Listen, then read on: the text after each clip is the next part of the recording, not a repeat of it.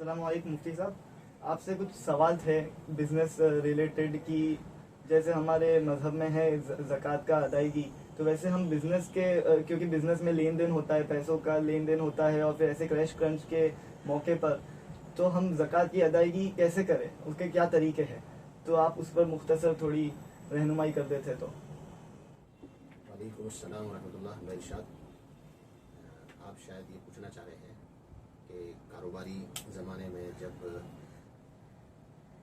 आदमी को कैश की प्रॉब्लम होती है तो उस वक्त आदमी अपने ज़कात को किस तरह मैनेज करे और किस तरह से अपने कारोबार में से ज़कात अदा करे। तो मैं आपको ये भी बताऊंगा और मज़ीद तफसील भी इंशाल्लाह अर्ज़ करूंगा कि किन किन चीज़ों पर कारोबार में ज़कात है। देखिए, आम तौर पर लोगों के जहनों में ये होता है कि जैसे ही साल पूरा हुआ आप स्टॉक गिनते हैं और स्टॉक गिनने के बाद ज़कात की जो रकम बनती है वो ये समझते हैं कि भाई आज ही मुझे सारी की सारी रकम अदा करनी है।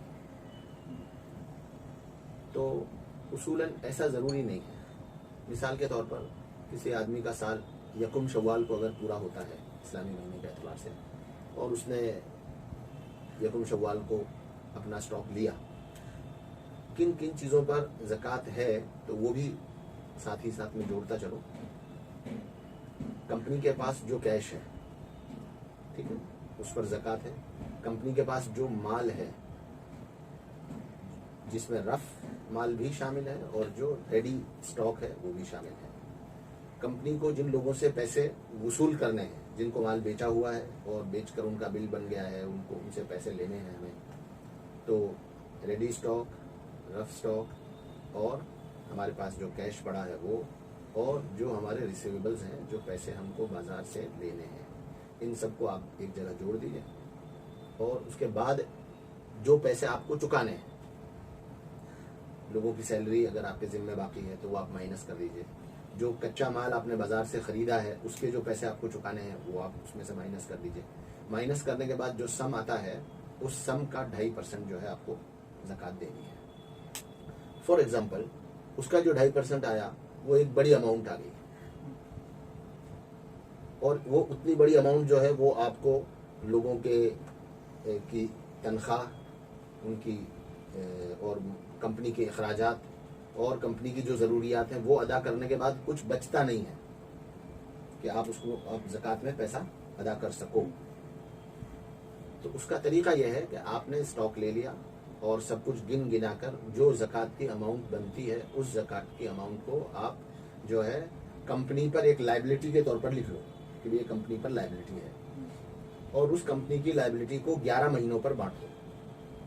कंपनी तो चल रही है ना, काम भी हो रहा है, माल भी बिक रहा है, पैसा भी आ रहा है, लोगों की तनख्वाहें भी हो रही हैं, अखराजात भी हो रहे हैं, बिजली का बिल भी जमा हो रहा है, सारी चीज़ें हो रही ना। उसी में आप एक लायबिलिटी कंपनी के उसमें डाल दीजिए कि भाई ये महीने के 5 लाख रुपए मिसाल के तौर पर मुझे ज़कात के भी निकालने हैं। अब 5 निकल जाएं, 4 निकल जाएं, जितने निकल जाएं, आप ये लायबिलिटी डालकर हर महीने जो है वो ज़कात की अमाउंट अलग करो और ज़कात का फंड अलग करके उसको जो है ज़रूरतमंदों तक पहुँचाते रहो। ये सबसे आसान शक्ल है। आम तौर पर ज़कात अदा क्यों नहीं होती वो भी मैं आपको अर्ज कर दूँ। कारोबारी आदमी को हमेशा पैसे की ज़रूरत होती है, इसलिए वो लालच में आकर कभी सस्ते में रफ मटेरियल खरीदने के लिए वो पैसा वहां डाल देता है, कभी किसी और ज़रूरत में पैसा डाल देता है, कभी किसी और ज़रूरत में पैसा डाल देता है। आप फर्ज कर लो, आप ऑब्लिगेशन लगा दो अपने ऊपर कि भाई ये पैसा जो है एक किस्त महीने की मुझे ज़कात में देनी है, इसको मुझे कहीं भी इस्तेमाल नहीं करना है। नॉर्मली लोग इकरार करते हैं, लोग बताते हैं बाकायदा कि मैं इस तरह कर रहा था और फिर एक बार अचानक ऐसा हुआ कि मैंने सोचा भाई चलो फला जगह से पेमेंट आएगा, वो ज़कात में दे देंगे, वो भी नहीं आया और जो पैसा जमा था हमारे पास ज़कात का जो है वो कंपनी के खर्चों में चला गया या हमारी ज़रूरियात में हमने खर्च कर लिया। आप जो भी पैसा आए उसको उसी तरह से बांट दो। हदीस पाक में आता है कि जब कोई आदमी कर्जा अदा करने की सही नीयत रखता है, कर्जा अदा करने की सही नीयत रखता है और वो उसको ईमानदारी से पूरा करता है, तो अल्लाह ताला उसके कर्जे के अदा करने की शक्लें पैदा कर देते हैं। ज़कात एक कर्ज है अल्लाह का। आप जब बहुत ही सिंसियरली और अल्लाह के लिए उसको महाना इकट्ठा करोगे, निकालोगे, तो इंशाल्लाह अल्लाह ने चाहा तो निकल जाएगी वो।